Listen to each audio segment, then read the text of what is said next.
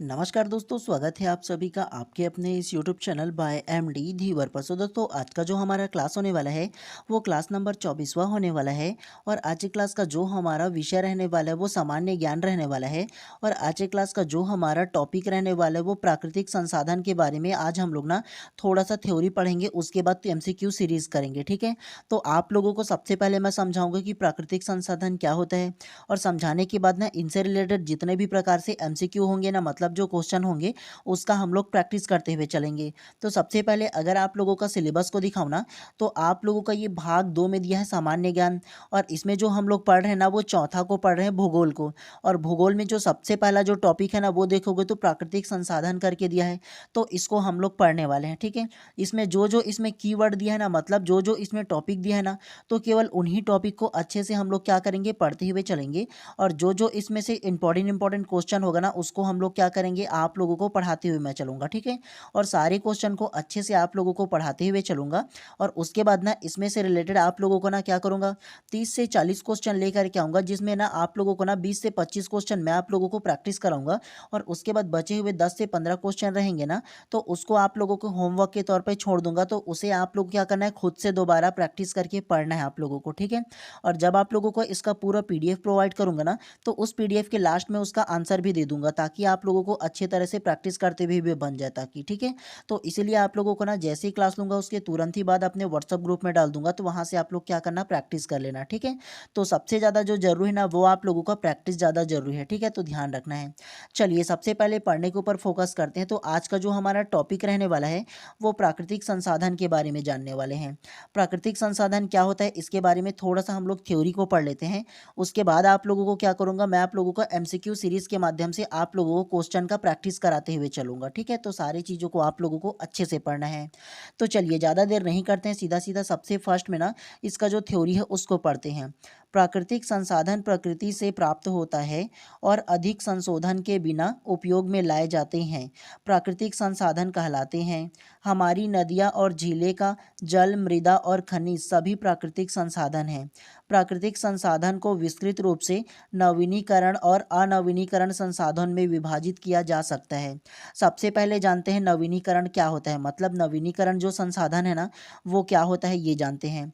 वे संसाधन जो हमें शीघ्रता से नवीनीकृत अथवा पुनः पूरित हो जाते हैं। जैसे उदाहरण करके दिया है, इसको पढ़िए। नवीनीकृत के अंतर्गत सौर, पवन ऊर्जा, हल, मृदा और वन आदि इसके कुछ उदाहरण हैं। जैसे सौर ऊर्जा और पवन ऊर्जा, ये जो सौर ऊर्जा जो सूर्य से प्राप्त होने वाली जो हम लोगों का ऊर्जा है ना, वो कभी समाप्त हो सकता है क्या? नहीं हो सकता है ना। वो हमेशा क्या करते रहता है, नवीनीकृत संसाधन है, हमेशा हम लोगों को मिलते रहता है। जो एक बार खत्म होने के बाद दूसरा तो पुनः ना कुछ टाइम बाद पुनः मिल जाता है ना, तो उसे नवीनीकृत संसाधन कहते हैं। जैसे क्या है, पवन ऊर्जा, मतलब आप लोगों ने देखा होगा ना कि पवन से जो पवन चक्की चलते रहता है उससे हम लोग बिजली बनाते हैं। तो ये क्या है, तो ये प्राकृतिक हम लोगों को ऊर्जा प्राप्त होता है जो कभी समाप्त नहीं होता। तो इसे क्या कहा जाता है, इसे नवीनीकृत संसाधन के रूप में कहा जाता है, जो हम लोगों ने आवश्यकता के अनुसार उसको खोजा है। समझ में आया आप लोगों को नवीनीकृत संसाधन क्या होता है? ठीक है, चलिए उसके बाद ना अनवीनीकृत संसाधन के बारे में जानते हैं कि अनवीनीकृत संसाधन क्या होता है। तो इसको भी ध्यान से पढ़िए। वे संसाधन है जिसका भंडार सीमित है, भंडार के एक बार समाप्त हो जाने के बाद उसके नवीनीकृत अथवा पुनः पूरित होने में हजारों वर्ष लग जाते हैं। जैसे उदाहरण करके दिया है, कोयला, पेट्रोलियम तथा प्राकृतिक गैस इसके कुछ उदाहरण हैं। इसको अगर आप लोगों को समझाओ ना कि अनवीनीकृत संसाधन क्या होते हैं, तो वे तमाम जो प्रोडक्ट होंगे, वो तमाम जो संसाधन होंगे, जैसा कोयला हो गया, पेट्रोलियम हो गया और प्राकृतिक गैस हो गया, ये क्या है, अनवीनीकृत संसाधन है। मतलब इसका जो भंडारण है वो एक सीमित तरीके से होता है, मतलब सीमित है। एक बार इसके समाप्त हो जाने के बाद दोबारा इसके बनने में हजारों लाखों वर्ष इसको क्या लग जाते हैं, बनने में लग जाता है। ये आप लोगों को पता होगा इसके बारे में। और कोयला पेट्रोलियम कैसे बनता है ये आप लोगों को तो पता होगा। पेट्रोलियम जो है वो ज़मीन के नीचे से खोद करके निकाला जाता है। और कोयला किससे बनता है, तो हजारों वर्ष में जो लकड़ी वगैरह, जो सूक्ष्म जीव वगैरह दबे रहते हैं ना, तो हजारों सालों से दबे रहने के कारण ना उसमें ना कोयला बनता है और पेट्रोलियम भी उसी वजह से बनता है। ठीक है, तो ये आप लोगों को पता होगा। इसके बारे में नहीं पता होगा, विस्तार पूर्वक अगर जानना चाहोगे ना, तो एक बार गूगल कीजिएगा, तो आप लोगों को और बेहतरीन तरीके से ना कोयला कोयला कैसे बनता है, पेट्रोलियम कैसे बनता है, ये आपको पता चल जाएगा।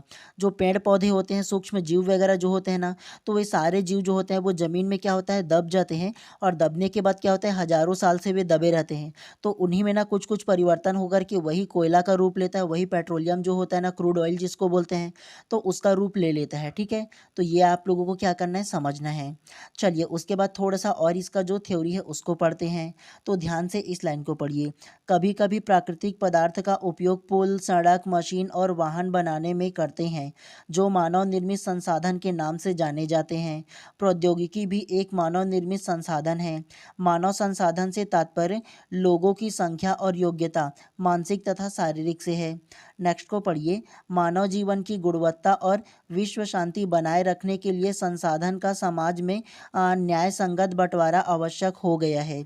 इसलिए हर तरह के जीवन का अस्तित्व बनाए रखने के लिए संसाधन का उपयोग की योजना बनाना अति आवश्यक है। तो आप लोगों को क्या है, केवल इतना जो थोड़ा सा थ्योरी है ना, वो आप लोगों को पढ़ना है। और उसके बाद ना इससे रिलेटेड जितने भी सारे क्वेश्चन होंगे ना, तो इन क्वेश्चन के माध्यम से हम लोग और विस्तार पूर्वक आप लोगों को ना सारे ऑप्शन को बताऊंगा और सारी चीज़ों को आप लोगों को क्लियर करते हुए चलूँगा। केवल हम लोग क्वेश्चन आंसर केवल नहीं करेंगे, कुछ क्वेश्चन आंसर में क्या बोला गया है, क्या आप लोगों को समझने की आवश्यकता है, कहाँ कहाँ से क्वेश्चन पूछा जा सकता है, इन तमाम तरीकों से हम लोग पढ़ते हुए चलेंगे, ताकि आप लोगों का जो कॉन्सेप्ट है ना, वो बेहतर तरीके से आप लोगों को समझ में आए। तो इसलिए आप लोगों को क्या करूँगा, इस प्रॉपर टॉपिक पर जितने भी प्रकार से क्वेश्चन बन सकते हैं उन क्वेश्चन को लेकर के आऊँगा और आप लोगों को उस टॉपिक को बेहतर तरीके से समझाऊंगा क्वेश्चन आंसर के माध्यम से। ठीक है, केवल आप लोगों को ना प्राकृतिक संसाधन क्या होता है, ये आप लोगों का कॉन्सेप्ट क्लियर होना चाहिए। ठीक है, तो आप लोगों को समझ में आया ना कि प्राकृतिक संसाधन क्या होता है। तमाम जो हमारे आसपास जो नदियाँ, पुल, सड़क, जो हमारे आसपास वन्य जीव रहते हैं, वन्य प्राणी रहते हैं, जंगल वगैरह है, उसके अलावा प्राकृतिक गैस है, प्राकृतिक जो संसाधन है, वो तमाम चीज़ किसके अंतर्गत आएगा, प्राकृतिक संसाधन के अंतर्गत आएगा, जिसको ना हम अपने जीवन को क्या करते हैं, बेहतर तरीके से बनाए रखने के लिए, सुविधा प्रदान करने के लिए उस संसाधन का उपयोग करते हैं। तो उसे क्या बोलेंगे, प्राकृतिक संसाधन कहेंगे, जो प्रकृति द्वारा हमें मिलता है। समझ में आया आप लोगों को प्राकृतिक संसाधन क्या होता है। चलिए अब हम लोग ना इसका क्या करते हैं, एमसीक्यू को पढ़ते हुए चलते हैं, क्वेश्चन प्रैक्टिस को करते हुए चलते हैं। ठीक है, और आप लोगों को एक चीज़ बता दूं, आप लोगों को ना आपकी स्क्रीन पर एक जो रैंडम नंबर आ रहा है ना, तो उसमें आप लोग मैसेज कर दीजिएगा कि मुझे ना व्हाट्सअप ग्रुप में जुड़ना है बोल करके। तो आप लोगों का उसका नंबर को लेकर के क्या करूँगा, व्हाट्सअप ग्रुप में जोड़ दूंगा। ठीक है, और अभी तक के 200+ लोग इसमें हो चुके हैं, तो आप लोगों को भी इसका PDF मिल जाएगा। ठीक है, चलिए प्रश्न क्रमांक फर्स्ट को ध्यान से पढ़िए, पढ़ने के ऊपर ज़्यादा फोकस करते हैं हम लोग। ठीक है, देखो एक तरफ आप लोगों को दिया है, नदियों का नाम दिया है, और दूसरे तरफ उसकी जो सहायक नदियां है ना, तो उसका नाम दिया है। तो सबसे फर्स्ट को देखो गोदावरी, दूसरा कृष्णा, तीसरा गंगा और चौथा ब्रह्मपुत्र। उसके अलावा सहायक नदियां में ए मंजीरा और वैनगंगा, बी यमुना और चंबल, सी पंचगंगा एवं भीमा, या डी मेघना एवं Padma. Option A, option B, option C या ऑप्शन डी। तो क्या इसका आंसर हो सकता है, पहले आप लोगों को गैस करना है। भले ही आप लोगों के सामने ये पहला क्वेश्चन हो, आप लोगों को पता ना हो, फिर भी एक बार गैस करके देखो, ट्राई करके। उसके बाद मैं आप लोगों को इसका विस्तार पूर्वक आंसर बताऊंगा ना, तो आपका कॉन्सेप्ट जो है वो धीरे धीरे क्लियर होगा। ठीक है, और ये जो है ना, देखो अलग अलग जो एग्ज़ाम है ना उसमें पूछा गया है। 2024 में प्री बीएड इंट्रेंस एग्जाम हुआ था ना, मतलब BA बीएड और BSc बीएड जो हुआ था ना, तो उसमें ये क्वेश्चन पूछा गया है इस टॉपिक से। तो इसीलिए आप लोगों को इस प्रकार की जो क्वेश्चन है उसको प्रैक्टिस करना है। ठीक है, तो बताइए क्या इसका आंसर हो सकता है।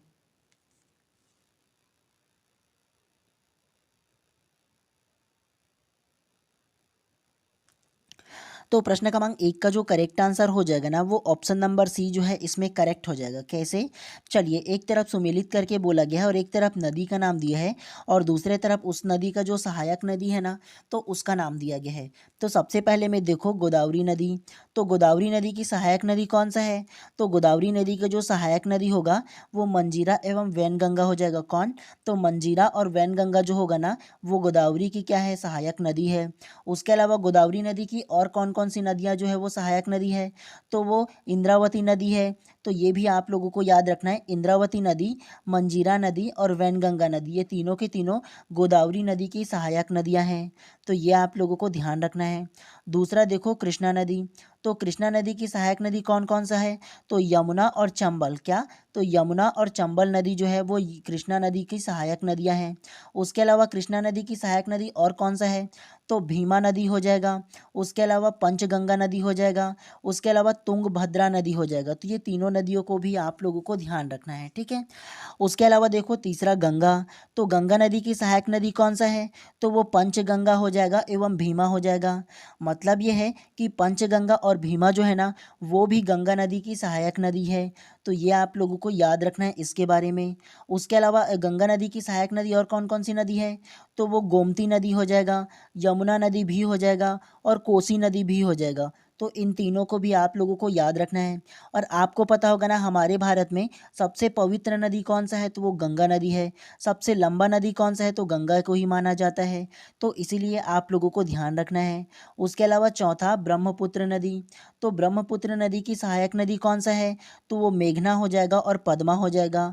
तो ये आप लोगों को याद रखना है। ब्रह्मपुत्र नदी की जो सहायक नदी है वो मेघना हो जाएगा, पद्मा हो जाएगा। तो इन दोनों को याद रखना है आप लोगों को, ठीक है। तो इसीलिए प्रश्न क्रमांक 1 का जो करेक्ट आंसर होगा ना, ऑप्शन नंबर सी जो है इसमें करेक्ट हो जाएगा।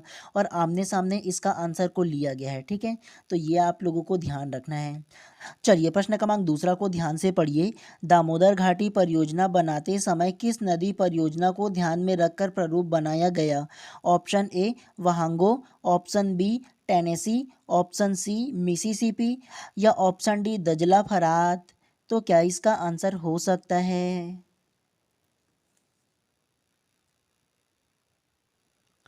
तो प्रश्न क्रमांक दूसरा का जो करेक्ट आंसर होगा ना, वो option number B Tennessee correct हो जाएगा। कैसे? दामोदर घाटी परियोजना बनते समय किस नदी परियोजना को ध्यान में रखकर प्रारूप बनाया गया? तो दामोदर घाटी परियोजना का ना जो प्रारूप बनाया गया ना, तो उसको कौन सी नदी को सामने रख कर के बनाया गया, ध्यान में रख कर के बनाया गया? तो वो टेंसी नदी को सामने रख कर के बनाया गया। और ये टेंसी नदी क्या है और कहाँ है ये बताओ ना। तो टेंसी नदी जो है ना, वो अमेरिका की एक प्रमुख नदियों में से एक नदी है। और ये जो टेंसी नदी है ना, और इस नदी में क्या किया गया था, दुनिया के सबसे बड़ा जो है ना वो जल विद्युत, इसमें क्या किया जाता है, उत्पादन किया जाता है, जल से विद्युत उत्पादन किया जाता है। और ये जो टेंसी नदी है वो अमेरिका का बहुउद्देशीय परियोजना है। ठीक इसी को ध्यान में रख करके हमारे भारत में दामोदर घाटी परियोजना क्या किया गया कि उसका निर्माण किया गया दामोदर नदी पर। और इसका क्या उद्देश्य था दामोदर घाटी परियोजना का? दामोदर जो नदी है ना, तो उसमें बांध बनाना था। और बांध बना करके झारखंड और पश्चिम बंगाल में ना बाढ़ जो आ जाता है उसको नियंत्रित करना होता है। और इससे क्या किया जाता है, एक बहुत बड़ा परियोजना के नाम से इसको बनाया गया। और इसमें ना क्या होता है, इसमें क्या किया जाता है, बहुत ज़्यादा जल विद्युत उत्पादन किया जाता है। मतलब ये है कि दामोदर घाटी परियोजना से ना जल विद्युत उत्पादन किया जाता है। और अगर आप लोगों को बताऊँ ना कि ये दामोदर घाटी परियोजना कब बना था, तो दामोदर घाटी परियोजना जो है ना वो 1948 में क्या हुआ था, इसकी शुरुआत हुआ था। ये आप लोगों को याद रखना है इसके बारे में, ठीक है। और इसके अलावा आप लोगों को ये बताओ ना कि दामोदर घाटी परियोजना से मतलब ये है कि दामोदर घाटी जो बांध बना है ना, उसमें कितना बिजली उत्पादन होता है? तो वो 12,000 बिजली जो है ना वो उत्पादन होता है, 12,000 मेगावाट से अधिक। तो ये आप लोगों को याद रखना है इसके बारे में, ठीक है। तो इसीलिए प्रश्न क्रमांक दूसरा का जो करेक्ट आंसर होगा ना, option number B Tennessee correct हो जाएगा। दामोदर घाटी परियोजना जब बन रहा था तो उसको क्या किया गया था, टेंसी नदी में जो वो बना था ना, क्या बोलते हैं, बांध बना था, तो उसको सामने रख करके उसी तरह से परियोजना बनाना, उसी तरह से बहुउद्देशीय जो परियोजना है ना उसको लॉन्च किया गया था, ताकि बहुत बड़े पैमाने पर बिजली भी उत्पादन किया जा सके और बाढ़ को भी नियंत्रित किया जा सके। तो इसी तर्ज पर क्या किया गया था, दामोदर घाटी परियोजना का क्या किया गया था, शिलान्यास किया गया था। तो ये आप लोगों को ध्यान रखना है इसके बारे में, ठीक है। चलिए प्रश्न क्रमांक तीसरा को ध्यान से पढ़िए। भारतीय मानसून के संदर्भ में कौन सा कथन गलत है? ऑप्शन ए को पढ़िए, व्यापारिक पवनों की भांति मानसूनी पवनें नियमित है। ऑप्शन बी, मानसून जून के प्रथम सप्ताह में भारत के दक्षिण छोर में प्रवेश कर दो शाखाओं में बढ़ जाती है।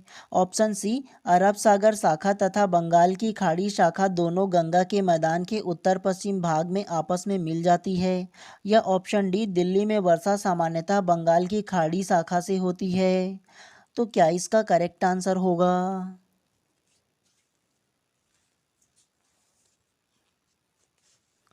तो प्रश्न क्रमांक तीसरा का जो करेक्ट आंसर है ना वो ऑप्शन नंबर ए जो है इसमें करेक्ट हो जाएगा।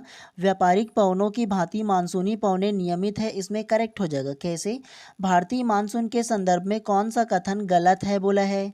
तो गलत जो कथन होगा ना इन चारों ऑप्शन में, ऑप्शन नंबर ए जो है इसमें गलत हो जाएगा। कैसे गलत होगा? तो इसमें बोला है व्यापारिक पवनों की भांति मानसूनी पवनें नियमित होता है। तो मानसूनी जो पवनें होता है ना वो नियमित नहीं होता है, ये आप लोगों को याद रखना है। जबकि व्यापारिक पवनें जो है ना वो नियमित होता है, मतलब वर्ष भर व्यापारिक पवन चलते रहता है। व्यापारिक पवन का मतलब यह है कि जो व्यापारिक पवन जो होता है ना वो पूर्व से लेकर के पश्चिम तक की कंटिन्यू वो साल भर चलते रहता है, ये जो व्यापारिक पवनें हैं वो। ठीक है, तो ये क्या है, तो ये कंटिन्यू साल भर चलते रहता है पवन जो होता है व्यापारिक पवन। लेकिन मानसून जो पवन होता है, मानसून जो आता है, क्या वो साल भर चलता है? नहीं चलता है, इसका एक निश्चित समय होता है। आमतौर पर भारत में जो मानसून आता है ना तो वो जून से लेकर के सितंबर तक की उसका मानसून का जो सेशन है ना, मतलब जो महीना है वो रहता है। आप लोगों को इसके बारे में पता होगा। और सबसे पहले कहाँ आता है मानसून? तो वो केरल राज्य में आकर के टकराता है, ये आप लोगों को पता होगा। सबसे पहले केरल राज्य में आता है ना, तो ये आप लोगों को पता होगा, है ना। दस्तक सबसे पहले केरल में आप लोग सुनोगे ना जी, जो मानसून आता है वो। तो ये एक निश्चित टाइम के लिए आता है मानसून जो भारत में आता है वो। लेकिन व्यापारिक पवनें जो होता है वो क्या होता है, कंटिन्यू रहता है। तो इसीलिए क्या किया गया है, व्यापारिक पवन से इसको कंपैरिजन किया गया है, तो ये गलत होगा ना। और क्वेश्चन में भी क्या बोला गया है, कौन सा कथन गलत है बोला है, तो ऑप्शन नंबर ए हो जाएगा। समझ में आया आप लोगों को? चलिए नेक्स्ट प्रश्न को पढ़ते हुए चलते हैं इसी प्रकार से। ये सारे के सारे जो क्वेश्चन है ना वो व्यापम के द्वारा पूछे गए प्रश्न है प्रीवियस ईयर क्वेश्चन में। तो आप लोगों को ध्यान रखना है, ऐसे ही क्वेश्चन पूछा जाता है। ठीक है, चलिए प्रश्न क्रमांक चौथा को ध्यान से पढ़िए। काल बैसाखी है, पहला करके दिया है स्थानीय वर्षा व तूफान की घटना। दूसरा दिया है असम एवं पश्चिम बंगाल प्रभावित होते हैं। तीसरा दिया है ये तूफान रात में आते हैं। उसके अलावा ऑप्शन ए केवल एक सही, ऑप्शन बी एक एवं दो सही, ऑप्शन सी एक एवं तीन सही, या ऑप्शन डी दो एवं तीन सही। तो क्या इसका आंसर हो सकता है?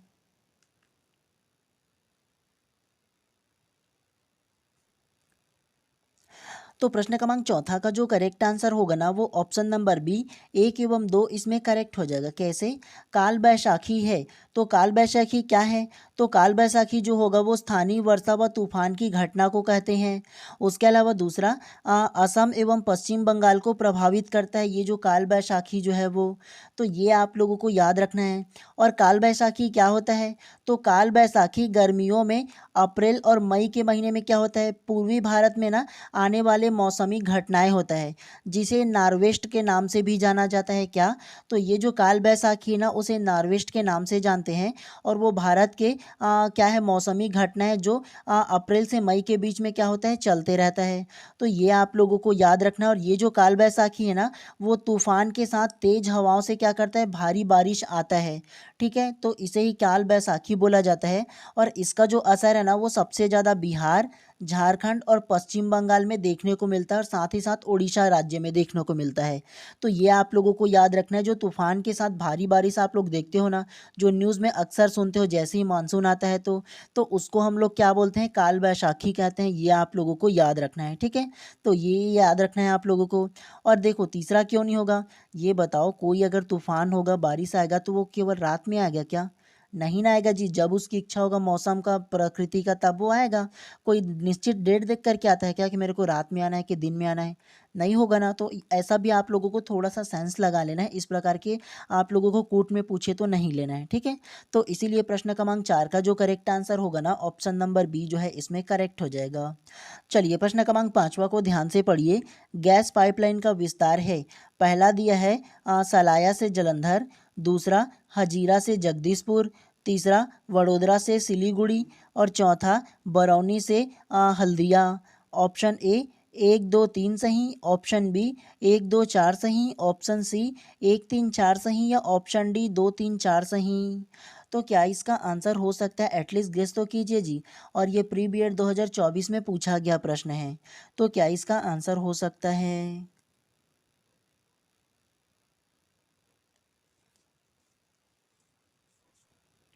तो प्रश्न क्रमांक 5वां का जो करेक्ट आंसर होगा ना वो ऑप्शन नंबर बी इसमें करेक्ट हो जाएगा। 1, 2 और 4 इसमें करेक्ट हो जाएगा। कैसे? गैस पाइपलाइन का विस्तार है, तो गैस पाइपलाइन का जो विस्तार है ना वो कहाँ कहाँ है? तो सलाया से जालंधर में है, उसके अलावा हजीरा से जगदीशपुर में है और उसके अलावा बरौनी से हल्दिया में है। तो ये आप लोगों को याद रखना है। गैस पाइपलाइन का मतलब यह है कि आप लोगों ने अभी एलपीजी के संकट वगैरह को देखो होंगे ना कि कैसे एलपीजी का भी संकट आ रहा है, ठीक है, लिक्विड पेट्रोलियम गैस जिसको बोलते हैं। तो उसका क्या किया गया है? पाइपलाइन बिछाया गया है, ठीक है। तो कहाँ कहाँ बिछाया गया है? तो सलाया से जालंधर में है, हजीरा से जगदीशपुर में है और बरौनी से हल्दिया में है। तो इन तीनों को आप लोगों को याद रखना है, ठीक है। तो इसीलिए प्रश्न क्रमांक 5 का जो करेक्ट आंसर होगा ना ऑप्शन नंबर बी जो है इसमें करेक्ट हो जाएगा। चलिए नेक्स्ट प्रश्न को पढ़ते हुए चलते हैं। चलिए प्रश्न क्रमांक 6वां को ध्यान से पढ़िए। सबसे लंबा राष्ट्रीय राजमार्ग है। ऑप्शन ए वाराणसी से कन्याकुमारी, ऑप्शन बी शेरशाह सूरी मार्ग, ऑप्शन सी सिलचरा से पोरबंदर या ऑप्शन डी इनमें से कोई नहीं।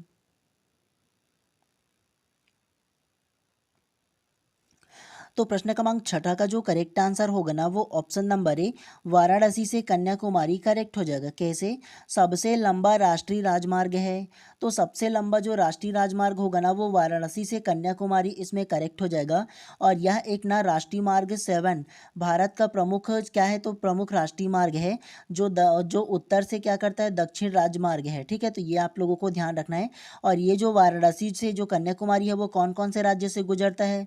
तो वो उत्तर प्रदेश, मध्य प्रदेश, महाराष्ट्र, आंध्र प्रदेश, कर्नाटक, तमिलनाडु से होकर के गुजरता है। तो ये आप लोगों को ध्यान रखना है। और इसकी लंबाई कितना है? तो वो 2369 है। कितना? तो 2369 है। ये आप लोगों को याद रखना है, 2369 किलोमीटर है, ठीक है। और इसको क्या किस नाम से जाना जाता है? तो ये NH 144 है। क्या? तो N और H 144 है। ये आप लोगों को ध्यान रखना है। सबसे बड़ा क्या है? तो सबसे बड़ा राष्ट्रीय राजमार्ग है जिसे नेशनल हाईवे 144 के नाम से जाना जाता है। तो इसीलिए प्रश्न क्रमांक 6 का जो करेक्ट आंसर है ना ऑप्शन नंबर ए जो है इसमें करेक्ट हो जाएगा। चलिए नेक्स्ट प्रश्न को पढ़ते हुए चलते हैं इसी प्रकार से। एकदम उसमें राज्य को नहीं पूछा जाएगा कि सबसे भारत का लंबी जो राष्ट्रीय जो मार्ग है वो कौन सा है, कौन कौन से राज्य से होकर के गुजरता है, ऐसा एकदम डीप में नहीं पूछा जाएगा। केवल ये पूछा जा सकता है कि कौन सा है, उसका नाम को पूछा जा सकता है, ठीक है। चलिए प्रश्न क्रमांक 7वां को ध्यान से पढ़िए। प्रायद्वीपीय भारत की बंगाल की खाड़ी में मिलने वाली नदियों का क्रम दक्षिण से उत्तर की ओर क्या है? Option A Kaveri Krishna Godavari, option B Narmada Tapti, option C Son Penner Tapti या ऑप्शन डी नर्मदा ताप्ती या सोन। तो क्या इसका आंसर होगा? तो प्रश्न क्रमांक 7वां का जो करेक्ट आंसर होगा ना वो option number A Kaveri Krishna Godavari किसमें करेक्ट हो जाएगा। कैसे? प्रायद्वीपीय भारत की बंगाल की खाड़ी में मिलने वाली नदियों का क्रम दक्षिण से उत्तर की ओर क्या है? प्रायद्वीपीय बंगाल की खाड़ी बोला है ना, तो आपको क्या करना है, इस प्रकार से थोड़ा सा आप लोगों को मैप ऐसे बना लेना है और बनाने के बाद समझने की कोशिश करना है। इस तरफ क्या है तो इस तरफ ए लिख लेना और इस तरफ बी लिख लेना। ए का मतलब होता है अरब सागर हो जाएगा और बी का मतलब होगा बंगाल की खाड़ी हो जाएगा, ठीक है। तो यहाँ से बोला है ना। और इसमें क्या बोला है? इसमें बोला है कि दक्षिण से उत्तर की ओर बोला है ना, तो इस तरफ क्या होगा? तो इस तरफ दक्षिण हो जाएगा और इस तरफ क्या होगा? तो उत्तर हो जाएगा। तो दक्षिण से उत्तर की ओर गिरने वाला तो इसी ओर जो दक्षिण से उत्तर वाला सीक्वेंस में होगा ना, तो उसको जमाने के लिए बोला था। तो देखो सबसे पहला जो होगा वो कावेरी नदी हो जाएगा, फिर कृष्णा नदी हो जाएगा और फिर गोदावरी। तो कावेरी, कृष्णा, फिर गोदावरी, तो इस तरफ से दक्षिण से उत्तर की ओर जाने वाली नदियां है ना, तो उसको क्या बोला है? क्रमशः बोला है। समझ में आया आप लोगों को? तो इसीलिए प्रश्न क्रमांक 7 का जो करेक्ट आंसर होगा ना ऑप्शन नंबर ए जो है इसमें करेक्ट हो जाएगा। तो ये आप लोगों को ध्यान रखना है, इतनी सी बातें। चलिए नेक्स्ट को पढ़ते हुए चलते हैं। प्रश्न क्रमांक 8वां को अब ध्यान से पढ़िए। निम्नलिखित में से कौन सा भारत की सबसे लंबी नदी है? Option A Godavari, option B Brahmaputra, option C Sindhu या ऑप्शन डी गंगा। तो प्रश्न क्रमांक 8वां का जो करेक्ट आंसर होगा ना वो ऑप्शन नंबर डी गंगा इसमें करेक्ट हो जाएगा। कैसे? निम्नलिखित में से कौन भारत की सबसे लंबी नदी है? तो भारत की सबसे लंबी नदी होगा वो गंगा ही ना हो जाएगा जी। आपको पहले वाले क्वेश्चन में भी बताया था ना, तो ये आप लोगों को ध्यान रखना है। और गंगा नदी की लंबाई कितना है? तो वो 25-25 है। कितना? तो वो 25-25 है। मतलब यह है कि 2525 किलोमीटर है। ये आप लोगों को याद रखना है गंगा नदी की लंबाई के बारे में, ठीक है। और अगर आप लोगों को गंगा नदी के बारे में थोड़ा सा आप लोगों को डिटेल में बताऊँ ना, तो गंगा नदी की जो लंबाई है ना वो 2525 है। ये आप लोगों को याद रखना है। और ये जो गंगा नदी है ना वो उत्तराखंड के उत्तरकाशी जो जिला है ना, तो वहाँ के गंगोत्री ग्लेशियर से निकलता है। इसका जो मुखान है वो आप लोगों को याद रखना है जहाँ से वो निकलता है, ठीक है। कहाँ से? तो वो गंगोत्री ग्लेशियर से निकलता है। ये आप लोगों को याद रखना है इसके बारे में। और गंगा नदी की सहायक नदी कौन कौन सा है? तो गंगा नदी की जो सहायक नदी होगा ना वो गोमती नदी हो जाएगा, घाघरा नदी हो जाएगा, गंडक नदी हो जाएगा, कोसी नदी हो जाएगा। तो ये आप लोगों को याद रखना है। इन तमाम जो नदी है ना वो गंगा नदी की सहायक नदी है। और सबसे लंबा नदी ये है, ये आप लोगों को याद रखना। और पवित्र नदी माना जाता है भारत में। तो इसीलिए प्रश्न क्रमांक 8वां का जो करेक्ट आंसर होगा ना ऑप्शन नंबर डी जो है इसमें करेक्ट हो जाएगा। चलिए नेक्स्ट प्रश्न को पढ़ते हुए चलते हैं इसी प्रकार से। चलिए प्रश्न क्रमांक 9वां को अब ध्यान से पढ़िए। पश्चिमी चक्रवाती विक्षोभ के संदर्भ में कौन सा कथन गलत है? ऑप्शन ए, यह सर्दियों में आने वाली पश्चिमी प्रवाह है। ऑप्शन बी, यह जेट धारा से अप्रभावित है। ऑप्शन सी, भारत के उत्तर एवं उत्तर पश्चिम क्षेत्र को प्रभावित करते हैं। या ऑप्शन डी, भूमध्य सागरीय क्षेत्र के आने वाले प्रवाह है। तो क्या इसका आंसर हो सकता है? तो प्रश्न क्रमांक 9वां का जो करेक्ट आंसर होगा ना वो ऑप्शन नंबर बी जो है इसमें करेक्ट हो जाएगा। यह जेड धारा से अप्रभावित है, करेक्ट हो जाएगा। कैसे? पश्चिमी चक्रवाती विक्षोभ के संदर्भ में कौन सा कथन गलत है? तो पश्चिमी चक्रवाती विक्षोभ के संदर्भ में जो गलत होगा वो ऑप्शन नंबर बी, यह जेड धारा से अप्रभावित है। ये आप लोगों को याद रखना है। और ये जो पश्चिमी चक्रवाती विक्षोभ है ना वो कम दबाव वाली प्रणालियाँ हैं जो भूमध्य सागर के ऊपर उत्पन्न होता है, ठीक है। और इसे ना पश्चिमी चक्रवाती विक्षोभ के रूप में जाना जाता है। तो ये आप लोगों को याद रखना है इसके बारे में। क्रमांक 9 का जो करेक्ट आंसर होगा ना ऑप्शन नंबर बी जो है इसमें करेक्ट हो जाएगा। ये जो कथन है ना वो ऑप्शन नंबर बी के अकॉर्डिंग गलत हो जाएगा, ठीक है। चलिए नेक्स्ट को पढ़ते हुए चलते हैं इसी प्रकार से अब। चलिए प्रश्न क्रमांक 10वां को ध्यान से पढ़िए। अंडमान एवं निकोबार द्वीप समूह कहाँ स्थित है? ऑप्शन ए, बंगाल की खाड़ी। ऑप्शन बी, अरब सागर। ऑप्शन सी, हिंद महासागर। या ऑप्शन डी, इनमें से कोई नहीं। तो प्रश्न क्रमांक 10वां का जो करेक्ट आंसर होगा ना वो ऑप्शन नंबर सी, हिंद महासागर इसमें करेक्ट हो जाएगा। कैसे? अंडमान एवं निकोबार द्वीप समूह कहाँ स्थित है? तो अंडमान एवं निकोबार द्वीप समूह जो है ना वो हिंद महासागर में है। ये आप लोगों को याद रखना है। कैसे याद रख सकते हो? मैप के थ्रू। कैसे? तो सबसे पहले आप लोग भारत का इस प्रकार से छोटा सा क्या करो, इमेज बना लो। और बनाने के बाद ये समझो कि सबसे पहले क्या करो, इस तरफ ए लिखना है, इस तरफ बी लिखना है। ये लिख लिए। उसके बाद इस तरफ जो होगा ना आप लोगों का ना, तो वो कौन सा होगा? वो हिंद महासागर होगा। जैसे आप लोगों को इमेज को थोड़ा छोटा बना देता हूँ ताकि आप लोगों को पता चले। ऐसे हम लोग क्या करेंगे, भारत का छोटा सा मैप बना दे रहा हूँ, ठीक है। समझना। सबसे पहले इस तरफ जो होगा वो क्या होगा, ए। इस तरफ जो होगा वो बी, ठीक है। ए का मतलब क्या होगा, अरब सागर हो जाएगा। और बी का मतलब बंगाल की खाड़ी हो जाएगा। और इस तरफ जो समुंदर का जो हिस्सा है ना तो उसे क्या बोलेंगे, उसे हिंद महासागर बोलेंगे। तो यह आप लोगों को ध्यान रखना है। और भारत में देखो इस तरफ जो होगा ना तो हिंद महासागर में क्या है, तो हिंद महासागर में अंडमान निकोबार इस तरफ है। कहाँ? तो लंबा सा इस तरफ ऐसे छोटा छोटा द्वीपों में ना बटा हुआ है, ठीक है, हिंद महासागर जो है वो। तो ये आप लोगों को याद रखना है। हिंद महासागर में क्या है, तो अंडमान निकोबार द्वीप समूह है। और अंडमान निकोबार द्वीप समूह है क्या एक्चुअल में, तो वो जो है ना वो केंद्र शासित प्रदेश है। मतलब जिसे हम लोग अंग्रेजी में यूनियन टेरिटरी के नाम से जानते हैं ना, तो वो इसके अंतर्गत आ जाएगा। ये आप लोगों को याद रखना है। और उसके अलावा एक चीज़ और आप लोगों को याद रखना है, लक्षद्वीप। तो लक्षद्वीप किस तरफ है, तो लक्षद्वीप जो होगा वो इस तरफ है। यह आप लोगों को याद रखना है इसके बारे में भी, ठीक है। तो इसीलिए आप लोगों को ध्यान रखना है। प्रश्न क्रमांक 10 का जो करेक्ट आंसर होगा ना ऑप्शन नंबर सी जो है हिंद महासागर, वो करेक्ट हो जाएगा। याद रखने का आप लोगों का तरीका यही है कि आप लोग इस तरफ ए लिख लो, ए का मतलब अरब सागर। इस तरफ बी में लिख लो, बी का मतलब बंगाल की खाड़ी। और इस तरफ एच लिख लो सामने में जस्ट, इसका मतलब हिंद महासागर कर लेना, ठीक है। तो ये आप लोगों को ध्यान रखना है। तो इसीलिए जो रहेगा ना वो हिंद महासागर रहेगा, ध्यान रखना है, ठीक है। यूनियन टेरेटरी के अंतर्गत आ जाएगा वो। चलिए इसी प्रकार से नेक्स्ट प्रश्न को पढ़ते हुए चलते हैं। तो प्रश्न क्रमांक 11 को पढ़ते हैं। ब्रह्मपुत्र बेसिन का विस्तार है, तो आपको बताना है पहला भारत और चाइना में, दूसरा भारत और पाकिस्तान में, तीसरा बांग्लादेश में। ऑप्शन ए केवल एक सही, ऑप्शन बी एक और तीन सही, ऑप्शन सी एक और दो सही, या ऑप्शन डी केवल दो सही।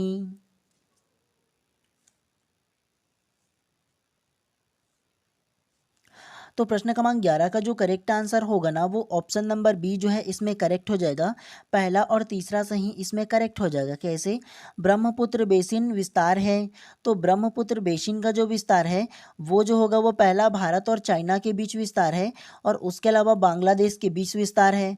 तो आप लोग कैसे समझ सकते हो? सबसे पहले चाइना किस तरफ है ये ध्यान दोगे, तो सबसे पहले भारत का अगर ऐसे करके नीचे का अगर मैप बनाओगे ना तो इस तरफ ऐसे करके ऊपर का मैप हो जाएगा, ठीक है। तो यहाँ वाला हिस्सा में क्या है, इस तरफ वाले में चाइना हो जाएगा, और उसके अलावा भारत और चाइना हो गया इस तरफ में। और तीसरा जो बोला है बांग्लादेश, तो बांग्लादेश किस तरफ है, जस्ट यहाँ पर बांग्लादेश है ना। तो इस वाले हिस्सा में ना जो क्या है, तो ब्रह्मपुत्र बेसिन का विस्तार है, ये वाला हिस्सा में, ये आप लोगों को ध्यान रखना है, ठीक है। तो ये याद रखना है कि भारत और चाइना और बांग्लादेश में क्या है, तो ब्रह्मपुत्र बेसिन का क्या है, विस्तार रखा गया है। तो ये आप लोगों को ध्यान रखना है। चलिए नेक्स्ट प्रश्न को पढ़ते हुए चलते हैं इसी प्रकार से। चलिए प्रश्न क्रमांक 12 को आप ध्यान से पढ़िए। मुल्ला पेरिया बांध निम्नलिखित में से किन दो राज्य के बीच लंबे समय से विवाद का मुद्दा रहा है? ऑप्शन ए कर्नाटक और केरल, ऑप्शन बी आंध्र प्रदेश और तमिलनाडु, ऑप्शन सी कर्नाटक और तमिलनाडु, या ऑप्शन डी तमिलनाडु और केरल। तो क्या इसका आंसर होगा?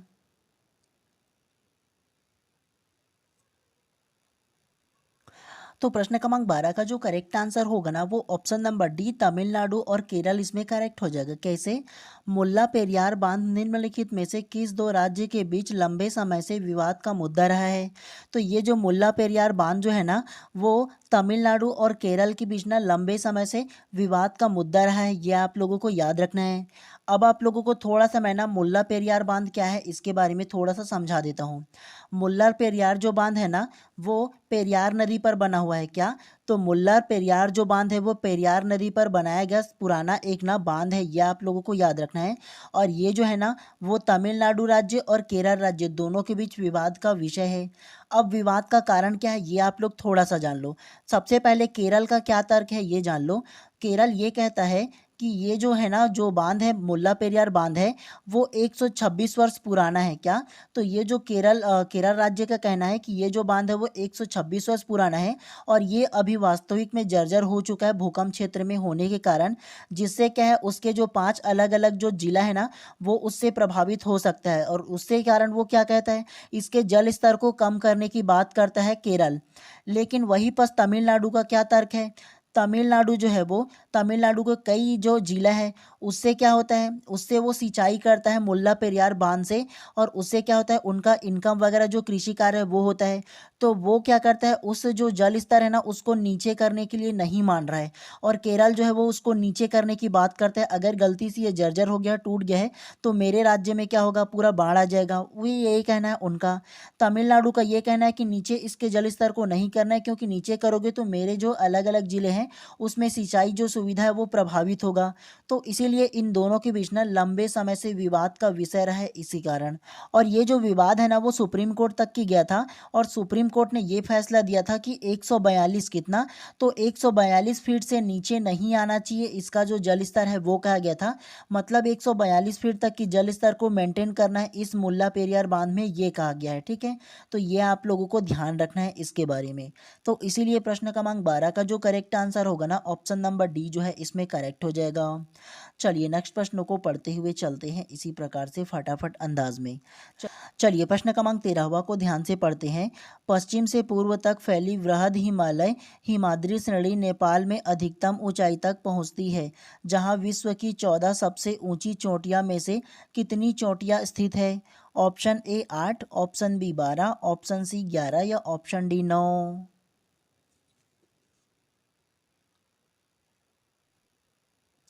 तो प्रश्न क्रमांक 13 का जो करेक्ट आंसर होगा ना वो ऑप्शन नंबर डी 9 इसमें करेक्ट हो जाएगा। कैसे? पश्चिम से पूर्व तक फैली वृहद हिमालय या हिमाद्री श्रेणी नेपाल में अधिकतम ऊंचाई तक पहुंचती है, जहां विश्व की 14 सबसे ऊंची चोटी में से कितनी चोटियां स्थित है। मतलब यह है कि विश्व में अलग अलग 14 सबसे ऊंची चोटियां है ना, तो उस चोटी में से 14 में से कितना चोटी जो है वो हिमालय में स्थित है, ये आप लोगों को बताना था। तो टोटल 9 जो चोटी ऊंचा है ना वो यहाँ स्थित है, ये आप लोगों को याद रखना है। और आपको पता होगा ना कि भारत में उत्तर में क्या है, तो वो हिमालय से पूरा के पूरा घिरा हुआ है इस प्रकार से। और यहाँ विश्व का सबसे ऊंचा चोटी है, आप लोगों को पता होगा इसके बारे में, है ना, हिमालय पर। तो इसीलिए प्रश्न क्रमांक 13 का जो करेक्ट आंसर होगा ना ऑप्शन नंबर डी जो है वो करेक्ट हो जाएगा। चलिए नेक्स्ट प्रश्न को पढ़ते हुए चलते हैं इसी प्रकार से। चलिए प्रश्न क्रमांक 14 को ध्यान से पढ़िए। किन कारणों से प्राकृतिक संसाधन नष्ट हो रहे हैं? ऑप्शन ए प्रदूषण, ऑप्शन बी वृक्षारोपण, ऑप्शन सी शहरीकरण या ऑप्शन डी ए और सी दोनों। तो प्रश्न क्रमांक 14 का जो करेक्ट आंसर होगा ना वो ऑप्शन नंबर डी ए और सी दोनों करेक्ट हो जाएगा। कैसे? किन कारणों से प्राकृतिक संसाधन नष्ट हो रहे हैं? तो किन कारणों से होगा जी? पहला प्रदूषण के कारण से हो जाएगा, और तीसरा हो जाएगा इसमें शहरीकरण की वजह से। तो प्राकृतिक संसाधन इन्हीं कारणों से नष्ट हो रहा है। उसके अलावा वृक्षारोपण से थोड़ी होगा जी, वृक्षारोपण से तो प्राकृतिक और बढ़िया बनेगा, है ना, संतुलन बनाएगा वृक्षारोपण से। तो प्रदूषण का कारण क्या होगा? प्राकृतिक संसाधन के नष्ट होने का कारण तो प्रदूषण और शहरीकरण हो जाएगा। ठीक है, तो ये आप लोगों को ध्यान रखना है। चलिए नेक्स्ट प्रश्न को पढ़ते हुए चलते हैं इसी अंदाज में। चलिए प्रश्न क्रमांक 15 को पढ़िए। निम्नलिखित में से प्राकृतिक संसाधन है? ऑप्शन ए कोयला, ऑप्शन बी वन, ऑप्शन सी पेट्रोलियम या ऑप्शन डी उपरोक्त सभी। तो प्रश्न क्रमांक 15 का जो करेक्ट आंसर होगा ना वो ऑप्शन नंबर डी उपरोक्त सभी करेक्ट हो जाएगा। कैसे? निम्नलिखित में से प्राकृतिक संसाधन है, तो प्राकृतिक संसाधन जो होगा वो सभी ना हो जाएगा जी। कोयला भी प्राकृतिक संसाधन आता है, वन भी आता है और पेट्रोलियम भी आता है। तो ये तीनों के तीनों प्राकृतिक संसाधन में आ जाता है। प्राकृतिक संसाधन का मतलब यह है कि हमें प्रकृति के द्वारा जो जो हमारे उपयोग के लिए, हमारे जीवन को सुखमय बनाने के लिए, उपयोग के लिए जो हमें प्राप्त होता है ना, तो उसे प्राकृतिक संसाधन कहा जाता है, जिसमें कोयला, पेट्रोलियम और वन भी आ जाएगा। ठीक है, तो इसीलिए प्रश्न क्रमांक 15 का जो करेक्ट आंसर है ऑप्शन नंबर डी जो है इसमें करेक्ट हो जाएगा। चलिए प्रश्न क्रमांक 16 को ध्यान से पढ़िए। नमामि गंगे परियोजना का संबंध है? ऑप्शन ए गंगा नदी में प्रदूषण के प्रभाव को कम करना, ऑप्शन बी मिट्टी को उपजाऊपन प्रदान कर कृषि योग्य बनाना, ऑप्शन सी यह सुंदरवन डेल्टा पर स्थित है, या ऑप्शन डी उपरोक्त सभी। तो प्रश्न क्रमांक 16 का जो करेक्ट आंसर होगा ना वो ऑप्शन नंबर ए जो है इसमें करेक्ट हो जाएगा। गंगा नदी में प्रदूषण के प्रभाव को कम करना करेक्ट हो जाएगा। कैसे? नमामि गंगे परियोजना का संबंध है, तो नमामि गंगे परियोजना का जो संबंध है ना वो ऑप्शन नंबर ए गंगा नदी के प्रदूषण को प्रभाव को कम करना, ये आप लोगों को याद रखना है इसके बारे में। और इसकी शुरुआत कब हुआ था? तो इसकी जो शुरुआत है ना वो 2014 में हुआ था। कब? तो वो 2014 में इसकी शुरुआत हुआ था। और इसकी लागत कितना क्या था? तो इसका जो लागत है ना वो 20,000 करोड़ था। कितना? तो 20,000 करोड़ इसमें क्या किया गया था, इस परियोजना में लगाया गया था, ये आप लोगों को याद रखना है। इसका बजट जो है ना वो पास किया गया था। और 2014 में ना, जैसे ही आप लोगों को पता होगा, प्रधानमंत्री जो है ना नरेंद्र मोदी, वो सबसे पहले 2014 में जो चुना गया प्रधानमंत्री ना, तो उसके बाद क्या किया गया था, उन्हीं के द्वारा ना नमामि गंगे परियोजना का शिलान्यास किया गया था। ठीक है, तो ये आप लोगों को ध्यान रखना है इसके बारे में। 2014 में इसका शिलान्यास किया गया था इस परियोजना का। तो इसीलिए प्रश्न क्रमांक 16 का जो करेक्ट आंसर होगा ऑप्शन नंबर ए जो है इसमें करेक्ट हो जाएगा। चलिए प्रश्न क्रमांक 17 को ध्यान से पढ़िए। भारत को कितने भू आकृति प्रदेशों में बांटा गया है? ऑप्शन ए 2 भाग, ऑप्शन बी 4 भाग, ऑप्शन सी 3 भाग या ऑप्शन डी 5 भाग। तो प्रश्न क्रमांक 17 का जो करेक्ट आंसर होगा ना वो ऑप्शन नंबर ए 4 भाग इसमें करेक्ट हो जाएगा। कैसे? भारत को कितने भू आकृति प्रदेशों में बांटा गया है? तो भारत को मुख्यतः 4 भू आकृति प्रदेशों में बांटा गया है। कौन कौन सा? तो सबसे पहले उत्तरी पर्वतीय क्षेत्र हो जाएगा। क्या? तो सबसे पहले उत्तरी पर्वतीय क्षेत्र हो जाएगा, जिसके अंतर्गत हिमालय और उसकी शाखाओं जो है ना वो आ जाएगा इसके अंतर्गत। दूसरा जो होगा वो गंगा सिंधु मैदान हो जाएगा, और गंगा सिंधु मैदान के अंतर्गत उत्तर के पर्वत और दक्षिण के जो पठार है ना उसके बीच की उपजाऊ भूमि आ जाएगा। तीसरा जो भाग होगा वो कौन सा होगा, वो प्रायद्वीपीय पठार हो जाएगा। ठीक है, और ये जो पठार आ जाएगा ना वो दक्षिण के प्राचीन जो पठार है ना वो इसके भाग आ जाएगा, पठारी भाग जो है वो। उसके अलावा चौथा जो होगा वो तटीय मैदान और द्वीप समूह हो जाएगा। क्या, तो तटीय मैदान और द्वीप समूह इसके अंतर्गत आ जाएगा। तो ये आप लोगों को याद रखना है। भारत को भू आकृति के आधार पर 4 भाग में बांटा जा सकता है।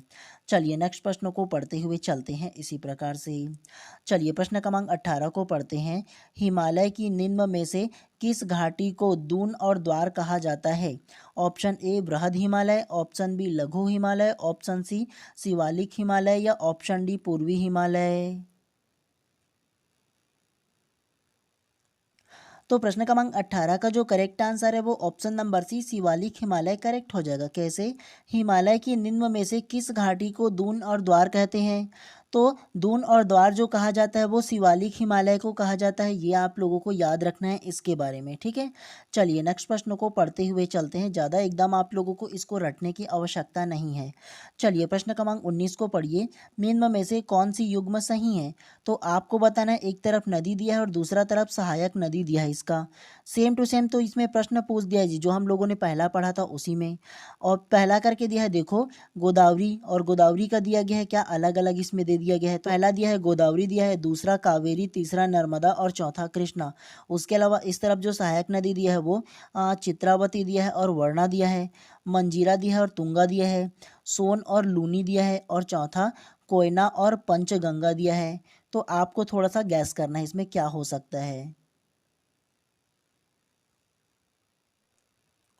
तो प्रश्न क्रमांक 19 का जो करेक्ट आंसर होगा ना वो ऑप्शन नंबर डी इसमें करेक्ट हो जाएगा। कृष्णा नदी का क्या, कौन सी सहायक नदी है? तो वो कोयना और पंचगंगा इसकी सहायक नदी है। तो ये आप लोगों को याद रखना है। और इसमें क्या बोला गया है, निम्न में से कौन सा युग्म सही है, मतलब ये चारों ऑप्शन में से कौन सा ऑप्शन इसमें करेक्ट है ये बोला है। तो हम लोगों ने पढ़ा था ना कृष्णा नदी के बारे में। तो कृष्णा नदी की सहायक नदी कौन सा है? तो वो पंचगंगा नदी है और उसके अलावा कोयना नदी है। तो इन दोनों को आप लोगों को याद रखना है इसके बारे में। ठीक है, चलिए नेक्स्ट को पढ़ते हुए चलते हैं इसी प्रकार से। चलिए प्रश्न क्रमांक 20 को ध्यान से पढ़िए। निम्न में से कौन सी फसल भिन्न है? पहला दिया है ए करके ज्वार, बी बाजरा, सी जौ और डी मक्का। तो प्रश्न क्रमांक 20 का जो करेक्ट आंसर होगा ना वो ऑप्शन नंबर सी जौ इसमें करेक्ट हो जाएगा। कैसे, निम्न में से कौन सी फसल भिन्न है? तो जो भिन्न फसल होगा वो जौ हो जाएगा। कैसे, तो जौ जो है वो रबी फसल के अंतर्गत ना आता है जी। और बाकी जैसे जो ज्वार, बाजरा और मक्का ये तीनों की तीनों खरीफ फसल के अंतर्गत आ जाता है। और रबी फसल क्या होता है? तो रबी फसल जो होता है वो सामान्यतः अक्टूबर के महीना में बोया जाता है और अप्रैल के महीना में काट लिया जाता है। तो ये इसमें क्या होगा, तो ये रबी फसल के अंतर्गत आ जाएगा। तो ये आप लोगों को याद रखना है। और इसके अंतर्गत कौन कौन से अन्य फसल बोया जाता है? तो गेहूँ, जौ, चना, मटर, सरसों ये सारे के सारे क्या है, तो ये बोया जाता है। आप लोगों को ध्यान रखना है ये रबी फसल के अंतर्गत आता है। ठीक है, तो इस प्रकार से प्रश्न क्रमांक 20 का जो करेक्ट आंसर होगा ऑप्शन नंबर सी जो है वो करेक्ट हो जाएगा। अब आप लोगों को प्रश्न क्रमांक 21 से लेकर के 40 तक की कितना, तो प्रश्न क्रमांक 21 से लेकर के 40 तक की जितना इसमें प्रश्न है ना वो आप लोगों के व्हाट्सअप ग्रुप में डाल दूंगा। तो वहाँ से आप लोग डाउनलोड कर लेना और पढ़ लेना, क्योंकि इंपॉर्टेंट क्वेश्चन है इसमें। कूट वाला भी प्रश्न जो है ना वो पूछा गया है। तो वो भी आप लोगों के लिए क्या क्या हूँ लेकर के आया हूँ इन तमाम प्रश्नों में। क्यों, क्योंकि आप लोगों को क्या है ना अलग से अपने तरफ से भी पढ़ना है ना। तो जो जो इंपॉर्टेंट क्वेश्चन है जो व्यापम द्वारा पहले भी पूछा गया है प्रश्न है ना, तो वैसे प्रश्न को आप लोगों को लेकर के आऊँ। इसमें कूट आधारित भी प्रश्न है। तो एक बार कम से कम आप लोगों को प्रैक्टिस करना है। और अभी तक कि आप लोगों ने व्हाट्सअप ग्रुप ज्वाइन नहीं किया होगा तो नीचे दिए गए जो आप लोगों का व्हाट्सअप नंबर है ना, तो उसमें आप लोग मैसेज कीजिए। वहाँ से आप लोगों का नंबर को लेकर के व्हाट्सअप ग्रुप में जोड़ दूंगा। और तमाम ये जो प्रैक्टिस सेट आप लोगों को दूंगा ना क्वेश्चन, तो उसको आप लोग क्या कर लेना, पढ़ लेना। और इसका जो आंसर है वो PDF के लास्ट में डाल दूंगा आप लोगों को। ठीक है, तो वहाँ से बेहतरीन तरीके से पढ़ लेना, तैयारी कर लेना। ठीक है, और आप लोगों को व्हाट्सअप ग्रुप में जोड़ने जुड़ने के लिए नॉमिनल जो चार्ज है ना वो आप लोगों को पे करने होंगे। एकदम नॉमिनल चार्ज लगेगा, ज़्यादा नहीं लगेगा। ठीक है, तो अभी तक कि आप लोगों ने ज्वाइन नहीं किया होगा तो ज़रूर आप लोग ज्वाइन कर लीजिएगा। ठीक है, आप ही लोगों के लिए बहुत अच्छे तरीके से ये जो क्वेश्चन है वो छाँट छाँट करके लाते रहता हूँ। चलिए आज की इस क्लास को यहीं पर समाप्त कर देते हैं। आप सभी लोगों का दिन शुभ एवं मंगलमय हो। नेक्स्ट क्लास में फिर से हम लोग मिलते हैं फिर। ठीक है, चलिए मिलते हैं।